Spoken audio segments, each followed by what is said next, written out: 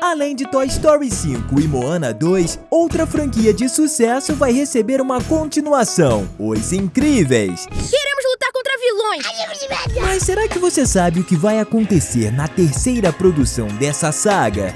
Não morde o seu pai! A primeira coisa que a gente descobre no anúncio do filme foi a sua logo. Ela segue o padrão dos outros, só que com 3 Is ao invés de apenas 1 ou 2. Eu adoro quando os filmes fazem essas brincadeiras com os títulos, ao invés de só colocarem um número do lado do título original. Inclusive, muitos fãs começaram a teorizar que os 3 Is podem ser uma referência aos 3 filhos do Senhor Incrível e da Mulher Elástica, já que as chances deles serem os personagens mais importantes são bem altas. Eu só me pergunto como a Disney vai fazer caso acabe lançando um quarto filme da saga. Vão colocar 4 Is no título? Ou então vários Is na forma de um 4? Bom, isso a gente só vai descobrir quando uma outra continuação for anunciada. Por enquanto, a gente só vai falar do que a Disney nos contou sobre Os Incríveis 3 e o que a gente acha que pode acontecer na nova aventura da família Pera. Prepare o seu lanchinho e vem comigo. Tá começando mais um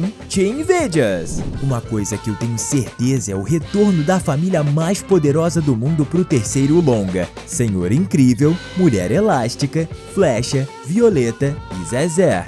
Ou seja, os vilões estão ferrados. Outros personagens antigos que tiveram um retorno confirmado foram a Edna Moda e o Gelado, com certeza os mais engraçados desse universo. Não tivemos confirmações de outros personagens, mas a gente pode imaginar que os super-heróis do segundo longa podem retornar, assim como o paquera da Violeta e talvez a babá do Zezé, ou não, já que as memórias deles foram apagadas. Já que os heróis estão começando a voltar como mostrado em Os Incríveis 2, então é possível que apareçam vários novos vigilantes mascarados. Eu fico hypado só de pensar nas várias possibilidades para personagens com poderes incríveis, mas eu duvido que algum deles seja forte o bastante para derrotar o Zezé. Se você deseja que Os Incríveis 3 não demore para lançar, comenta aí embaixo #Zezé. Agora, se tem algo que todo mundo quer saber, é como vai ser a trama de Os Incríveis 3. Não foram revelados detalhes da história, mas eu aposto que estão preparando alguma coisa muito interessante para os fãs. Que tal a gente tentar imaginar o caminho que o filme vai seguir? Uma das coisas mais legais da primeira produção é a sua trama criativa sobre super-heróis, em um contexto onde não podem usar poderes para salvar os outros. Isso é explorado ainda mais no segundo filme, já que eles estão começando a voltar à ativa. É muito provável que o terceiro vai expandir isso ainda mais, mostrando o mundo voltando a se acostumar com os super-heróis. Claro que para isso acontecer é provável que ocorra uma boa passagem de tempo entre o segundo e o terceiro. Enquanto a segunda trama continuou exatamente de onde a primeira parou, a terceira pode se passar alguns anos depois da segunda. Se esse for o caso, isso mudaria um pouco a dinâmica da família. Afinal, os filhos do Senhor Incrível e da Mulher Elástica estariam mais crescidos. A Violeta pode já estar entrando na faculdade, enquanto Flecha se encontraria no auge de sua adolescência. O Zezé já não seria mais um bebê,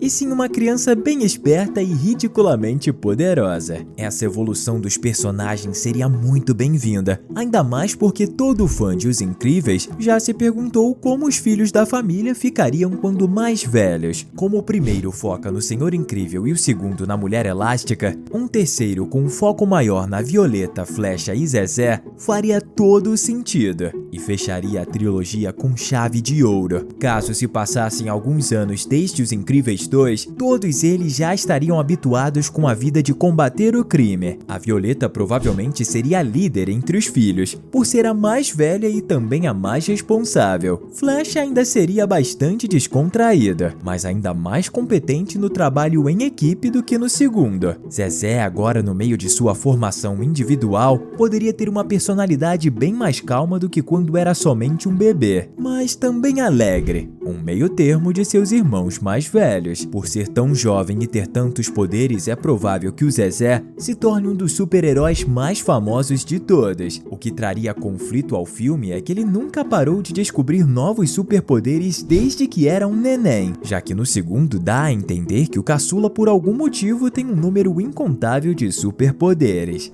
Ter centenas de habilidades diferentes pode parecer legal, mas ele sentiria um pouco de medo de si mesmo por não conhecer os próprios limites. Nessa situação, talvez ele começaria a ficar com vontade de ser uma pessoa comum, por se sentir diferente de todo mundo. Isso seria deixado claro em uma cena onde os heróis estão lutando contra um vilão, ou um grupo, até que o Zezé começa a despertar vários poderes completamente inéditos e descontrolados. O resto da sua família tentaria ajudá-lo, mas todos levariam um sacode. Além desse incidente ajudar os bandidos a escapar, alguns civis poderiam acabar sendo colocados em perigo. Isso faria com que boa parte das pessoas começassem a temer o Zezé. Depois disso, ele se sentiria extremamente culpado e fugiria de casa para se isolar por se considerar uma ameaça. Então ele conheceria algum tipo de cientista que traz a promessa de tirar os seus poderes para que ele se tornasse uma pessoa normal. Pelo desespero, o Zezé aceitaria a proposta absurda e seria submetido a algum tipo de experimento. Só que esse cientista na realidade não teria boas intenções. Ele seria o vilão principal, um homem com uma fome insaciável por poder, que por ter inveja dos poderes dos super-heróis, passou vários anos estudando os super-humanos na intenção de criar uma fórmula para dar superpoderes. A intenção dele com Zezé seria obter o DNA mutante do garoto, que consegue manifestar todos os poderes já vistos, para que ele pudesse transformar a si mesmo no super-humano mais poderoso de todos. Nesse meio tempo, os outros irmãos também estariam resolvendo seus conflitos internos, enquanto combatem o crime. Talvez agora os seus problemas fossem o oposto dos outros filmes. A vida civil de Violeta poderia estar tão desequilibrada que ela passaria a tentar focar 100% na vida de super-herói. Enquanto isso, Flecha conheceria amigos novos no ensino médio e começaria a se atrapalhar para proteger a identidade secreta, no maior estilo Homem-Aranha. Talvez ele até começasse a namorar, mas ficaria com raiva por sempre ter que ir embora no meio dos encontros para lutar contra algum vilão. Isso também causaria problemas pro grupo, já que eles não estariam em sintonia. É provável que várias discussões aconteceriam, até que os dois finalmente conseguissem chegar em um consenso,